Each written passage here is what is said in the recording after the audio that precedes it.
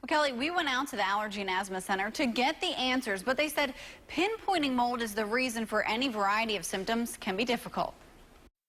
For Dr. Prasad Nataraj, handling patients with allergies is his forte. How are you doing, Miss Ashley? He's practiced allergy and asthma in Maryland since 1995, and he's no stranger to dealing with patients with a mold allergy. He says diagnosing it can be tricky. Out of hundreds of molds, we only have FDA-approved tests for about 15 to 20 molds at the most. Dr. Nataraj says mold typically affects very young kids, the elderly, those with a weak immune system, and people with allergies and asthma. There are no skin tests or blood tests or urine tests to see if patients or children have been exposed to excessive molds in school. It's more of a visual if there's excessive mold growth, if there's excessive water problems in school. He says there's no clear consensus of effects of short periods of exposure versus longer periods, only saying if patients with allergies were in a building with mold, their symptoms would flare. These symptoms are so vague. Fevers, generalized fatigue, joint pains.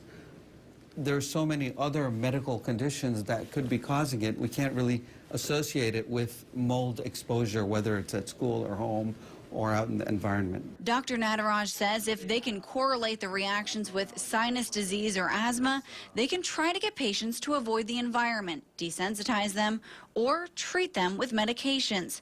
He says anyone at any age can develop allergies and asthma. In an email that the InFocus team obtained, a Glenwood middle school teacher wrote, "I now have an inhaler and a steroid inhaler since the emergency one did not work any longer. I did not have asthma before working at Glenwood."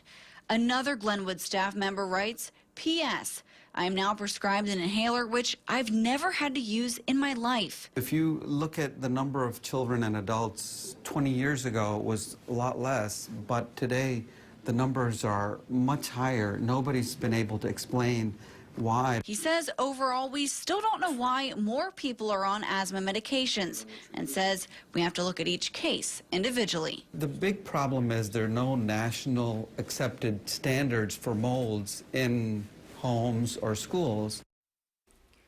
The school system sent the InFocus team a statement saying our buildings are safe. Every one of the air quality professionals that have tested our buildings have indicated that they are safe for students and staff.